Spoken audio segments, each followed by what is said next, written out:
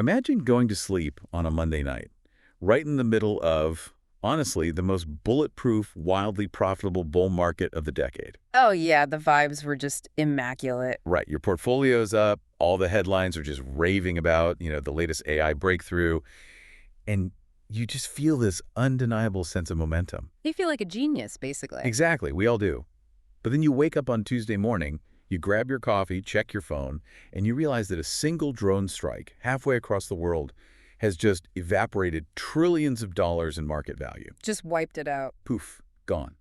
It fundamentally fractured the global supply chain, and it permanently made your kid's next video game console significantly more expensive. Yeah, I mean, it is the ultimate economic whiplash. You go from this absolute, unbridled euphoria straight into harsh geopolitical reality in the span of, what, 12 hours? Basically, yeah. So today we're doing a deep dive into those 24 hours that completely rewired the 2026 economy. And it really did rewire everything. It did. We're looking at this massive structural pivot in the global markets between Monday, July 6th and Tuesday, July 7th. And to do this, we've pulled a massive stack of sources. Some really heavy reading in this stack, too. Oh, for sure. We've got macroeconomic data from the Bureau of Economic Analysis and Charles Schwab. We're looking at threat assessments from the Council on Foreign Relations and the Institute for the Study of War. Plus some really granular M&A data. Right, from Whiting Case and Merger Market, along with specific corporate updates from Westwood Group and StoneX. It's a phenomenal cross-section of data, honestly, because it forces us to look beyond just the stock ticker. Yeah. When you put these reports side by side, you see how a localized military event instantly cascades into your local retail store. And that is exactly our mission today. We are going to connect the dots. We're drawing a straight line from a collapsed ceasefire in the Middle East to a sudden surge in global oil prices, straight into some very aggressive shifts at the Federal Reserve. Which is a whole saga on its own. Oh, we'll get into it. And from there, we'll see how that feeds into these massive U.S. trade imbalances. And finally, we're going to examine why, amidst all of this incredible chaos, the world's largest corporations are just suddenly merging into these unprecedented giga deals. Because the through line here is fragility. The market thought it was standing on solid rock, but the data we have today shows it was actually standing on like a very thin sheet of ice. And on July 7th, that ice just cracked. It shattered. So if you're listening to this while driving to the store right now to buy a new laptop, or maybe logging into your 401k to see why it took such a huge hit, you are paying the toll for this paradigm shift. Yeah, this isn't abstract Wall Street theory. This is the immediate reality shaping what things cost today. Exactly. So let's jump right into the heart of it. Section 1, the July 7th pivot. Let's set the scene by looking at the sheer height of the market on Monday, July 6th, before the fall. Well, the numbers from Monday's close were frankly historic. I mean, you had the S&P 500 closing past the 7,500 mark, Okay. specifically 7,537, which was up almost 0.75% just on that day. It was just huge. And it wasn't an anomaly, right? The NASDAQ was sitting comfortably above 26,100. The Dow Jones hit an all-time record, crossing the 53,000 threshold. Yeah, but what's really crucial to understand is the breadth of that rally. It wasn't just a few massive tech giants pulling the entire market up by the scruff of its neck. Right, the usual suspects. Exactly. If you look at the Russell 2000, which tracks small-cap stocks, so smaller, mostly domestic-focused companies, that index was up over 20% year-to-date as of that Monday. Which is a massive indicator of sentiment. Yeah. Like if you're an investor, putting money into a small-cap stock is inherently riskier than buying shares in some trillion-dollar megacorp. Oh, absolutely. So if the small-cap index is surging 20%, that tells me investors are in an incredibly aggressive, risk-on mood. They are feeling super confident. Highly confident. I mean, Charles Schwab's analysts actually described the first half of 2026 as a butterfly market. A butterfly market. Yeah, it just floated along, completely unbothered by the heavy macroeconomic gravity that usually pulls markets down. I want to talk about that gravity for a second because it wasn't like the world was perfect before July 7th. The market was just actively ignoring some pretty serious warning signs. Oh, yeah, completely ignoring them. You had simmering inflation concerns, intense debates about the national debt, constant anxiety over the Fed's interest rate path. Any one of those could usually tank a rally. Right. In a normal environment, any single one of those factors could trigger a massive sell-off. But this market just slipped every punch. It was buoyed by two massive tailwinds, double-digit corporate earnings growth, and the absolute unrelenting momentum of the AI boom. I kind of think of it like a game of Jenga. Okay, I like that. Yeah. Jenga. Yeah. Imagine you're playing this high-stakes game of Jenga. You've got this massive teetering tower, and the blocks at the very top are labeled AI growth and corporate profits. They're heavy, they're shiny, and everyone in the room is just entirely mesmerized by them. Nobody's looking at the... Exactly. Uh, Meanwhile, investors have been casually pulling out foundational blocks from the bottom, pulling out the low inflation block, pulling out the cheap debt block. Any rational person would look at this tower and say, it should collapse. but it doesn't. Right? Defying all logic, it just stays standing. People Yep. are taking selfies with it. That was the market on July 6th. It's a great analogy because the balance was so precarious, but it held. And it held because the underlying assumption was that the table the Jenga game was being played on was completely stable. Right. The table. Yeah, and that table, in this context, was geopolitical stability. Specifically, a 60-day U.S.-Iran ceasefire that had been signed in mid-June. Let's focus on that ceasefire, because it wasn't just a political headline. It had real, hard dollars and cents implications for the global economy, specifically regarding energy. Massive implications. I mean, in the 10 weeks leading up to that mid-June ceasefire, the mere prospect of peace, followed by the actual signing, had driven Brent crude oil prices down by roughly 38%. Wow, 38%. Yeah, we saw oil drop from a peak near $120 a barrel all the way down to the low $70. So a 38% drop in the core input cost for global transportation and manufacturing, that's just a massive deflationary gift to the economy. It was the oxygen the bull market needed to keep running. The EIA, the Energy Information Administration, had even updated their projections, saying they expected oil to settle comfortably around $70 by the end of the year. So if you are an institutional investor managing billions of dollars, you look at that EIA projection and you think, fantastic. Right, you think energy is cheap. Energy costs are low, shipping is cheap, inflation is tamed, corporate profit margins are safe. I'm just going to keep buying stocks. You're entirely pricing in the stability of that 60-day ceasefire. Precisely. The ceasefire was the foundational assumption of the entire economic outlook. But on Tuesday, July 7th, the table that Jenga game was being played on got violently kicked. The agreement cracked. It cracked, and the market repriced risk instantly. Let's look at the damage on Tuesday. The S&P 500 falls back to 7,503. The NASDAQ drops 1.16%, wiping out over 300 points in a single session. Just a brutal morning. The Dow sheds 130 points. But the metric that really stands out to me from the reports is the VIX. The volatility index. Right, the market's fear gauge. It spiked nearly 12% to hit 18.000 intraday. Now, for someone who doesn't track volatility metrics every day, help contextualize that. Is an 18 on the VIX full-blown sell-everything panic? Well, it's important to understand the scale here. No, an 18 is not the 2008 financial crisis, right? During truly catastrophic crashes, the VIX can shoot into the 40s or even the 80s. Right, so 18 doesn't sound that high. It doesn't, but what makes a 12% intraday jump to 18 so significant is the sheer velocity of the change. The whiplash. Exactly. Think of it like this. If you're driving a car at 100 miles an hour on a perfectly smooth highway and you suddenly hit a patch of deep rutted gravel. Oh, that terrifying shake. Right. Your speed might only drop to 80 miles an hour, but that violent, unexpected shudder makes you grip the steering wheel until your knuckles turn white. Yeah, your heart drops. The market had been coasting on sub-15 VIX levels for months, pricing in absolute perfection. So a sudden jump to 18 in a matter of hours is the collective market realizing that the steering wheel is just vibrating out of their hands. And we saw that white-knuckle panic bleed immediately into international markets, too. It wasn't just a U.S. thing. Not at all. Asian and European markets suffered even steeper losses. South Korea's Kospi index dropped an astonishing 5.3% in a single day. Germany's DAX lost 2.2%. Which really demonstrates how deeply interconnected this foundational assumption was. South Korea relies heavily on imported energy and exported tech. Right. And Germany is a massive industrial exporter. Both of those economic engines require stable energy prices and open shipping lanes to function at all. So when the ceasefire broke, the global market realized simultaneously that the era of $70 oil was instantly over. Instantly. Which brings us to the actual geographic and political flashpoint. Because to understand why a broken ceasefire caused such violent financial contagion, we have to look at exactly where the fault line ruptured. It's not just a political disagreement. Exactly, it's physical geography.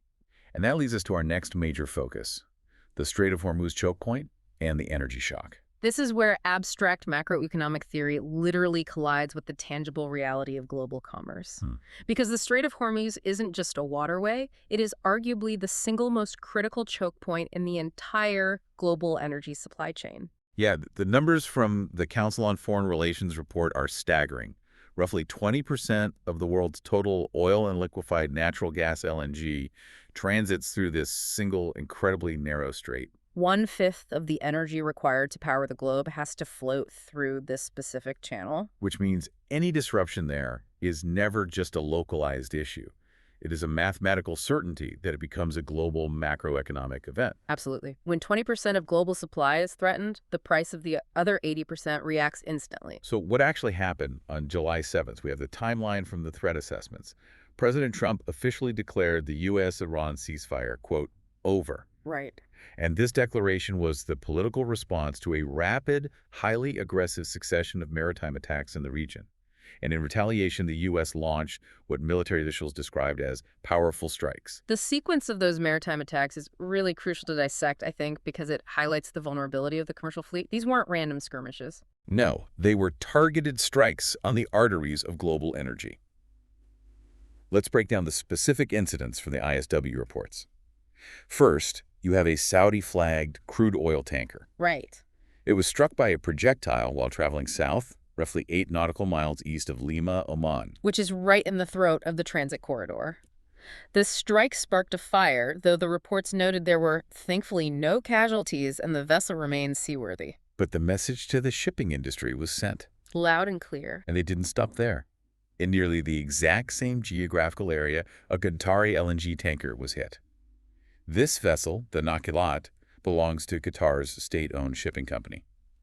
But the detail that really jumped out at me from the intel report was that the Nakilat was reportedly traveling with its transponder turned off. The automatic identification system, yeah, the AIS. Right. Why would a massive, highly visible gas carrier turn off the system designed to prevent collisions at sea? It's a massive red flag regarding commercial sentiment. I mean, commercial operators turn off their AIS when they are terrified of being targeted. They're trying to hide. Exactly. They're trying to go dark to become a ghost ship on the digital tracking systems used by whoever is launching these projectiles. Wow. So the fact that a Qatari state-owned vessel felt the need to run dark in broad daylight tells you everything you need to know about the perceived risk level in the strait before the strike even happened. It's like turning off your headlights while driving on a dark highway because you're more afraid of being seen than you are of crashing. That's exactly what it is. And unfortunately, going dark didn't save them because they were still hit. Right. And to add to the chaos, a drone struck a third unspecified commercial tanker on that same Tuesday. It was this rapid, concentrated escalation. And the immediate logistical consequence came from the UK Maritime Trade Operations Center, the UKMTO. They immediately raised the threat level in the strait to severe. Right, citing the hostile actions. Yeah. But they also highlighted a lingering, terrifying variable: sea mines. Yeah, the report estimates there are roughly 80 sea mines remaining in the main navigation areas from previous escalations. Just imagine being a maritime insurance underwriter trying to calculate the premium for a ship carrying $100 million worth of highly flammable liquid gas through a narrow channel littered with 80 unexploded sea mines. The insurance premiums become astronomical. I mean, if you can even secure coverage at all. And the market impact was instantaneous. Brent crude spiked over 5% on the news, jumping aggressively back up to around $78 a barrel, and even briefly piercing $80 intraday. So that EIA projection of $70 oil by year-end completely vaporized. Gone. What's deeply fascinating here from a strategic perspective is Iran's leverage. The ISW notes that Iran is actively trying to stop Western and Gulf efforts that could weaken their control over that choke point. Because for Iran, the Strait of Hormuz isn't just a body of water. It is arguably their primary source of geopolitical power. If they lose control of the strait, they lose their ability to threaten the global economy. Exactly. Look at the diplomatic maneuvering right before these strikes. Several outlets reported that the UAE proposed a plan to the International Maritime Organization, the IMO, to establish a framework to manage the strait and secure the shipping lanes. The UAE basically went to the international community and said, we need a neutral body to manage the traffic so our ships stop getting blown up. And Iran flatly rejected the proposal. Completely. They claimed it lacked a legal basis and argued that securing the strait exceeded the IMO's technical mandate. They're essentially telling the Gulf states and the West This is our neighborhood, our choke point, and you do not get to direct the traffic. Right. And the CFR report actually points out that Iran's long-term goal is to enforce transit fees and maintain absolute sovereign control. When vessels fail to adhere to their transit mechanisms, they get attacked. Which aligns perfectly with the targeting of those 3 tankers. It does. But the response from the neighboring Gulf states is incredibly telling, too. Countries like Saudi Arabia, Kuwait, and the UAE aren't just sitting back hoping for a new ceasefire. No, they are aggressively accelerating the construction of massive pipeline networks designed to bypass the strait entirely. Think about the sheer engineering and capital required to do that. If I'm Saudi Arabia and I see drones hitting ships off the coast of Oman, I can't just put my oil exports on hold. Right. So the solution is to lay hundreds of miles of steel pipe across harsh desert terrain to reach alternative export terminals, maybe on the Red Sea. Which is an immense logistical nightmare. A bypass pipeline isn't just a tube. It requires pumping stations, new storage infrastructure, a complete rerouting of internal supply chains. And the timeline, you don't build a 500-mile mega pipeline over a long weekend, you know? Yeah, these are multi-year, multi-billion-dollar projects. So while it's a smart long-term fix, it does absolutely nothing to lower the price of a barrel of Brent crude today. Which brings up a very nuanced psychological dynamic in the oil markets right now. Yes, the StoneX commentary touched on this, and it really made me pause. Oil jumped to $78, briefly $80 on the news. But earlier in the year, during the peak of the tensions, oil was near $120 a barrel. Right. So my question to you is, are markets becoming somewhat desensitized to these drone strikes? Do investors just assume global commerce is like water, and it will simply find a way to flow regardless of the obstacles? Well, the data suggests that yes, the market is somewhat desensitized to the initial shock value of the headlines. They've seen that despite the drones and the mines, ships still attempt the transit. Commerce finds a way. Commerce finds a way. However, we have to connect this to the broader macroeconomic reality. The cost of finding that way, the skyrocketing insurance premiums, the longer transit routes if ships sail around Africa, hazard pay, destroyed assets, all of that friction instantly translates into higher energy prices. It's not that the oil stops flowing, it's that the toll to move it just went through the roof. Exactly. And that increased toll leads directly to the stock market's absolute biggest fear right now, a fierce resurgence of inflation, which forces the hand of a newly hawkish Federal Reserve. Which provides the perfect pivot to our next section. Because while all of this geopolitical drama is unfolding in the Middle East, there is an equally dramatic, though much quieter revolution happening inside the Federal Reserve. Let's dig into the Warsh Fed, inflation fears, and the upward sloping yield curve. The timing of this is critical, honestly. The June 17th FOMC meeting was the official debut of the new Fed, led by Kevin Warsh. The new Fed chair. Right. And the tone he established right out of the gate was unmistakably aggressively hawkish. Let's start with the hard numbers from that June meeting because they set the baseline for how the market reacted to the July 7th shock. The Fed held the federal funds rate steady at a target range of 3.50% to 3.75%. And this wasn't contentious, by the way. It was a unanimous 12-0 vote. 12? Now, the decision to hold rates wasn't necessarily a surprise, but the real shocker came from the forward-looking projections, right? The famous dot plot. Right, where individual Fed members plot where they think interest rates are heading. The June summary revised the median 2026 rate up to 3.8%. That is a significant increase from the 3.4% rate they projected just 3 months earlier in March. It was a very clear signal. 9 out of the 18 committee members projected at least one rate hike in 2026. They are basically standing in front of the market and saying, we are not cutting rates anytime soon. In fact, if inflation even flinches, we are going to hike them. Yes. But it wasn't just the numbers that shocked the market. It was how Kevin Warsh communicated them, or, well, how he chose not to communicate them. Right, because Warsh completely overhauled the traditional playbook. For years, markets have relied on these lengthy, detailed FOMC statements to parse every nuance. And Warsh just took an axe to it. He really did. He drastically cut the post-meeting statement down from a verbose 341 words to a remarkably terse 130 words. He practically tweeted the monetary policy. He essentially did. And more importantly, he completely removed the forward guidance. I mean, breadcrumbs. Yeah, the hints the Fed usually drops to tell the market exactly what they plan to do at the next few meetings. Furthermore, he launched 5 new internal task forces to overhaul the Fed's fundamental operations. Which is huge. They're reviewing communications, monetary policy ops, data sources, productivity analysis, and how they actually measure inflation. So you have a new Fed chair who speaks less, offers zero hints about the future, and is actively questioning the Fed's own data models. I liken this removal of forward guidance to driving a car with a GPS. For years, the Fed has been like a luxury GPS. It shows you the map, gives you turn-by-turn audio directions miles in advance. It says, in 2 meetings, we anticipate conditions will allow us to cut rates. And the market loved it. Oh, they loved it. Investors could just put their portfolios on cruise control. But what is the market experiencing under Warsh? Well, Warsh essentially reached over, turned off the visual map, muted the audio, and just said, pay attention to the road. Right, and my question is, does removing that guidance fundamentally make the market more volatile to daily shocks? Because when those Hormuz attacks happen, investors can no longer rely on the Fed holding their hand. The short answer is yes, absolutely.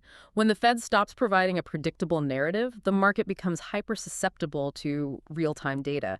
They have to react to the road conditions immediately because they don't know if the Fed will brake or accelerate. So on July 7th, when the ceasefire breaks and oil spikes, how does the bond market react to this silent, hawkish Fed? Swiftly, aggressively, and defensively. Treasury yields rose across the entire curve.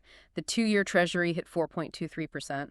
The 5-year hit 4.33%, the 10-year climbed to 4.58%, and the 30-year bond broke above the 5% threshold, hitting 5.08%. We really need to unpack the mechanics of this for a moment. Bond yields can feel like reading tea leaves if you aren't a fixed income trader. What the data shows us is an upward sloping yield curve. The 10-year yield is higher than the 3-month yield by 75 basis points. And the 10-year is higher than the 2-year by 35 basis points. First, just to establish the terminology for everyone, what is a basis point here? Sure. 100 basis points equals exactly 1%. So when we say the spread is 75 basis points, we mean the 10-year yield is paying 0.75% more than the 3-month yield. Okay, so why does this specific shape of the curve, where the longer the timeline, the higher the yield, matter so much right now? It matters intensely because of recent historical context. For the last couple of years, financial media has been terrified of an inverted yield curve, which is where short-term rates are actually higher than long-term rates. Right, an inverted curve is traditionally a strong signal that a recession is imminent. The market thinks short-term risk is high, but long-term growth will collapse, forcing the Fed to cut rates. Exactly. But an upward-sloping or normal yield curve tells a completely different story. Think about the fundamental mechanics of buying a government bond. You're lending capital to the U.S. government. If you lock up your money for 3 months, your primary risk is just short-term liquidity. You get your cash back soon. But if you lock up your money for 10 years or 30 years, your biggest enemy isn't liquidity, it is inflation. Because if inflation runs at 4% a year, and my 10-year bond only pays me a fixed 3%, I am losing purchasing power every single year. We're losing money in real terms, yeah. So when bond investors see oil spiking back to $80 a barrel due to attacks in the Strait of Hormuz, they know instinctively that shipping costs go up, manufacturing goes up, and that energy shock bleeds directly into the consumer price index. Precisely. They look down the road and say to the government, I am not locking my money up for 10 or 30 years unless you pay me a significant premium to protect my capital against this embedded long-term inflation. And that demand for an inflation premium is what pushes those long-term yields up, creating that upward slope. Exactly. The market is signaling that they expect inflation and therefore interest rates to remain higher for longer. They see long-term inflation risks permanently embedded. And the energy shock from the broken ceasefire just validates and accelerates that fear.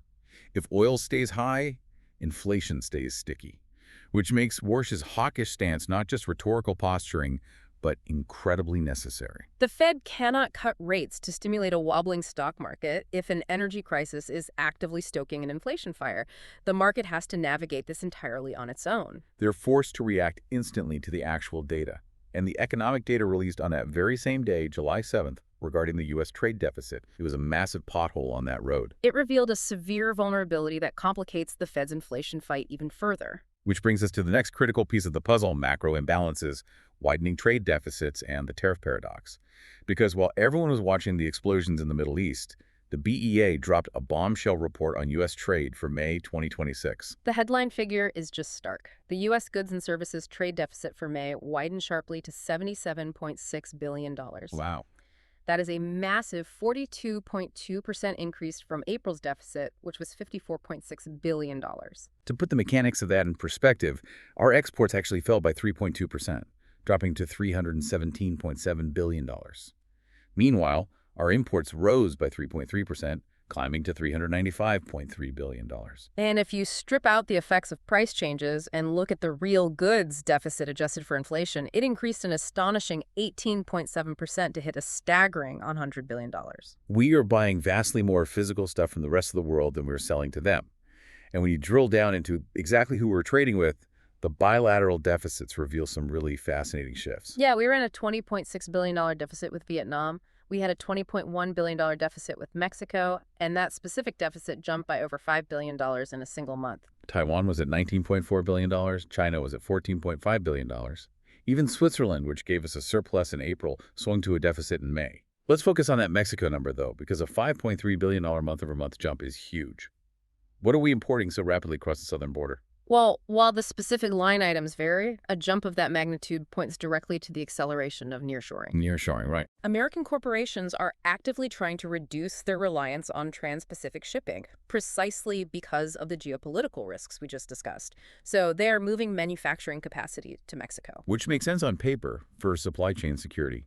You avoid the sea mines, you avoid the transponder issues, you just manufacture the goods in Monterey and put them on a truck across the Texas border. But the irony of nearshoring is that setting up that new manufacturing base requires a massive initial influx of capital, machinery, and raw materials.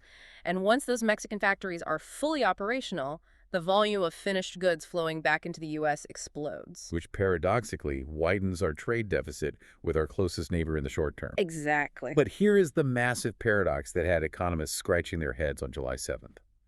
The U.S. is currently operating under a very strict, robust tariff regime. Very strict. And the data from the report states that those tariffs generated over $29 billion in federal revenue just in the month of May alone. The fundamental economic intent of a tariff is to suppress imports by making foreign goods more expensive. Right, it's supposed to be a deterrent. Yet, despite collecting $29 billion in penalties, imports surged anyway. How is that mechanically possible? This is where we have to look past the policy and examine corporate psychology. The Distribution Strategy Group report points out that companies are engaging in massive, systemic front-loading. Hoarding, basically. Yes, hoarding. They are hoarding tech imports, industrial supplies, consumer goods components. They look at the global energy shocks. They look at the fragility of choke points like the Strait of Hormuz. They look at potential future tariff changes, and they are panicking. I think of this like the psychology of panic buying at the grocery store before a massive blizzard. Okay, yeah. Imagine the local grocery store manager looks at the forecast, sees a historic blizzard coming, and decides to charge a $50 surge pricing cover charge just to walk through the front doors, hoping to thin the crowd. The government thought the tariff fee would act as a deterrent. But how do the corporations react? They look at their own geopolitical radar. They see a massive, structural blizzard-coming wars, closed shipping lanes, bottlenecks, and they say, I don't care about the $50 cover charge. Take my money. I absolutely need to stockpile bread and milk. Or in this case, memory chips and raw materials. It perfectly illustrates the mindset. They are gladly paying the $29 billion premium to secure their inventory because running out of critical components during a crisis is far worse than paying a tax. They are prioritizing inventory security over cost efficiency. Which makes total sense for corporate survival. But this massive corporate stockpiling, especially in tech, leads directly to a severe squeeze in the global supply chain. Right. When everyone rushes the grocery store at once, the shelves go empty and the price of whatever's left skyrockets. And that squeeze is no longer just an abstract macroeconomic concept. It is hitting the average consumer right in their wallet today. Which transitions us perfectly to a completely different but equally powerful inflationary force. We've talked about energy inflation, we've talked about structural inflation from tariffs, but there is a third vector at work right now, and it is operating entirely independent of the Fed or the Middle East. And this brings us to probably the most relatable part of our deep dive AI CapEx, hits the consumer directly. The catalyst for this section happened on June 25th.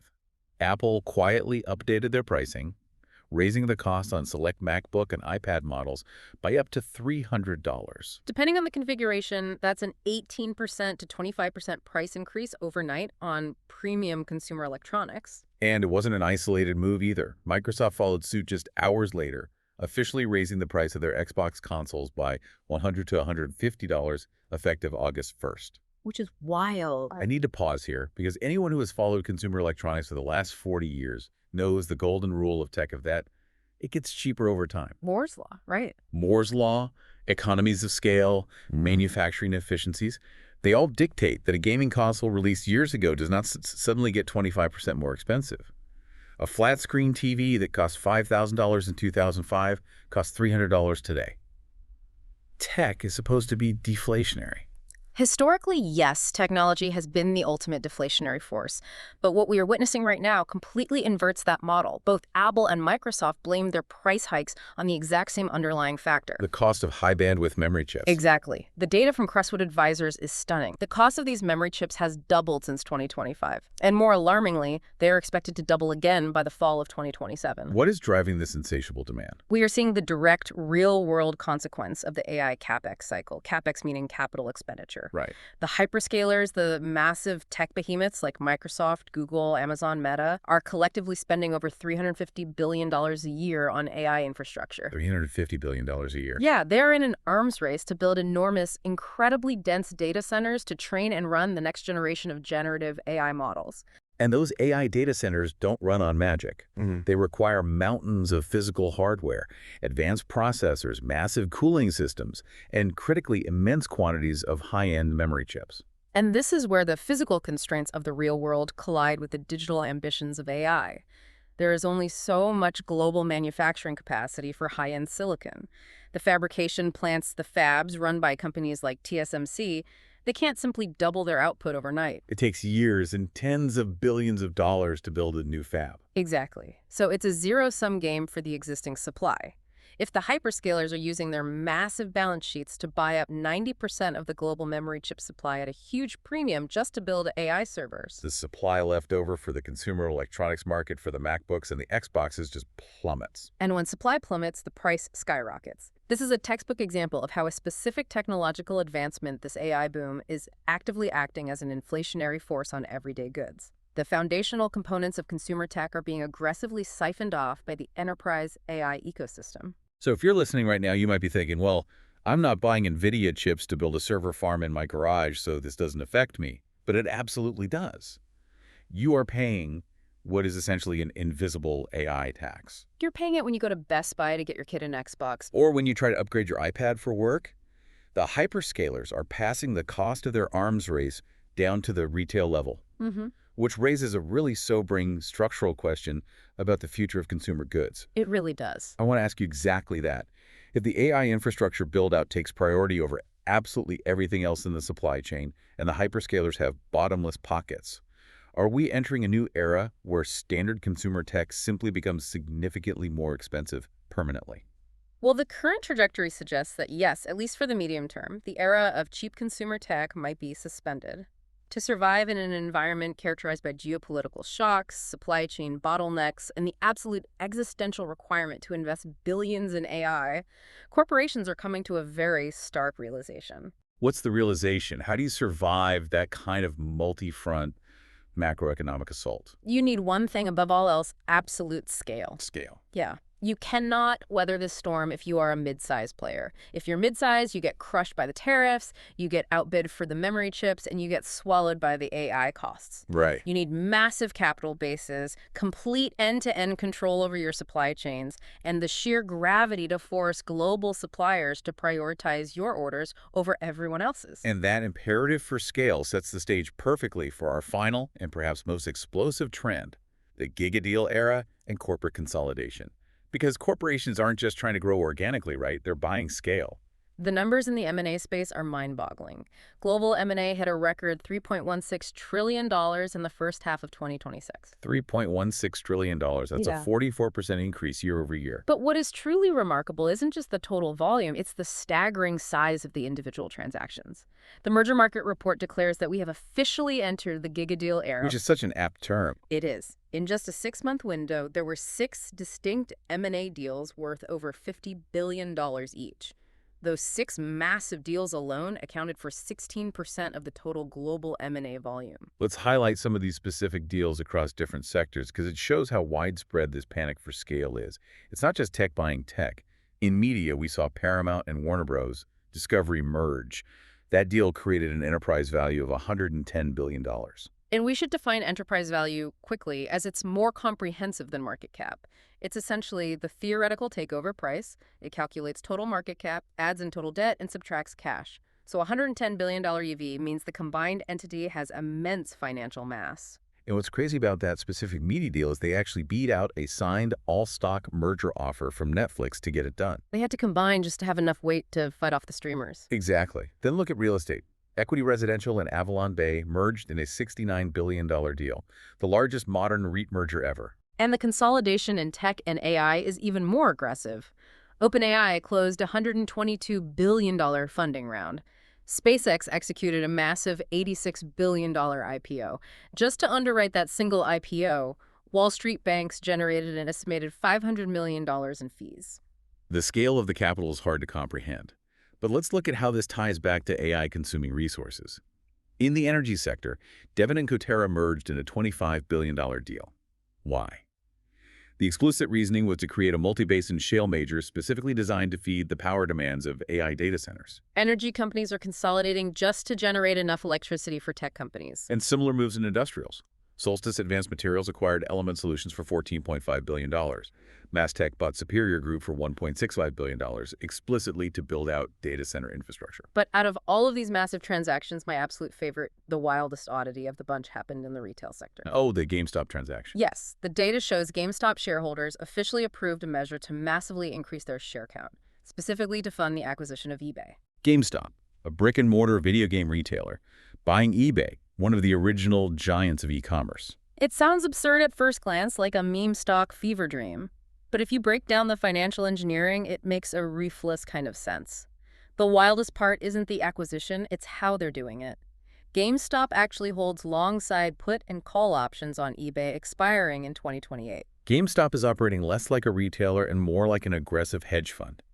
Break down how those options work in a takeover.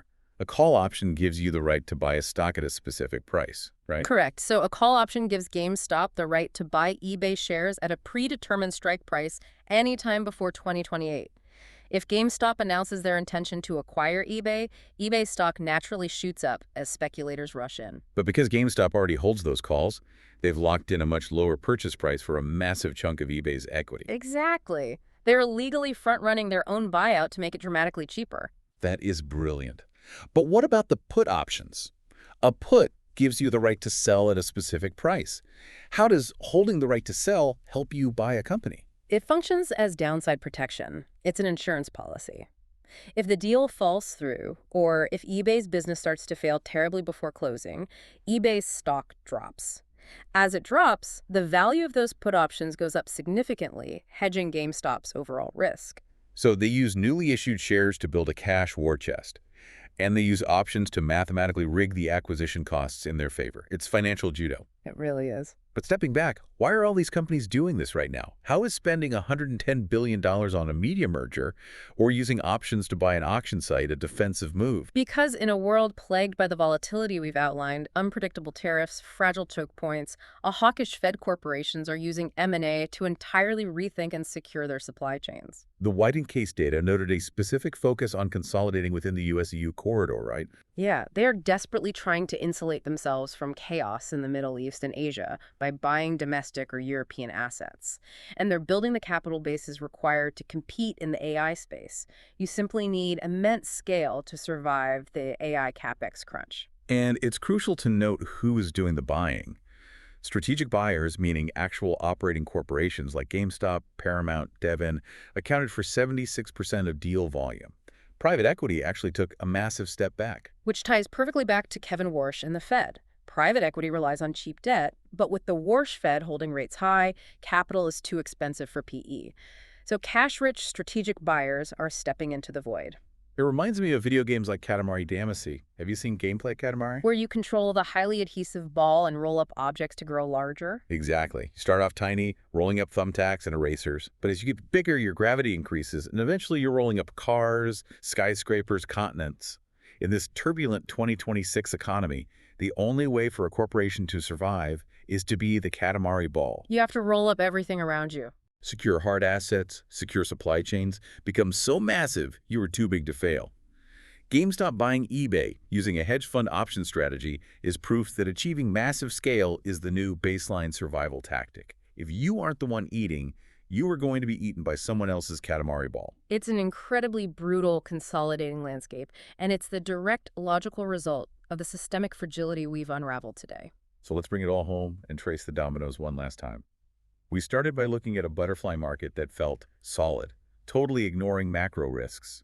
We saw how a broken ceasefire in the Strait of Hormuz snapped the tension cable, sparking a violent energy shock as oil spiked. That energy shock fed directly into the models of an already hawkish Warsh Fed, pushing the bond yield curve into a stark upward slope as investors braced for sticky inflation. Meanwhile, massive imbalances in global trade were revealed. Corporations, terrified by geopolitical instability, are paying billion-dollar tariff premiums just to front-load and stockpile imports, driving the trade deficit to near record highs. And layered on top of all that, the tech hyperscalers are spending hundreds of billions on AI, completely consuming the supply of memory chips and hitting the everyday consumer with an invisible AI tax. And the ultimate corporate response, the giga-deal era. Mega corporations consolidating at an unprecedented rate, executing $50 billion mergers just to secure the scale needed to survive the AI capex crunch and insulate themselves from global volatility. It's a completely interconnected web where a drone strike in Oman makes an iPad more expensive in Ohio and forces a video game retailer to buy an e-commerce giant. Which leads us to a final provocative thought to consider. Right, because as we watch these hyperscalers spend hundreds of billions on AI, driving up the baseline cost of essential components, and as we watch mega corporations consolidate entirely to serve this new infrastructure, we have to ask if we are witnessing a permanent structural shift in the nature of capitalism itself. What kind of shift? Is the future of the global economy no longer built fundamentally on serving the individual human consumer? Are we moving toward a system built primarily on feeding the insatiable resource demands of enterprise AI? Wow. Could everyday consumer tech, your next laptop, your kid's console, eventually become a low-priority, highly expensive luxury byproduct of the AI industrial complex? That is a genuinely chilling thought. We started this deep dive talking about an economic foundation that felt perfectly solid until a single hidden geopolitical assumption cracked. Maybe the entire consumer-centric economy is standing on that fragile foundation right now. And the resources supporting it are being quietly dismantled and repurposed to build server farms. It's definitely something to think about the next time you look past the stock ticker and read the actual market headlines. Thank you for joining us on this deep dive. Keep questioning the foundations, keep looking beneath the surface of the data, and we will see you next time.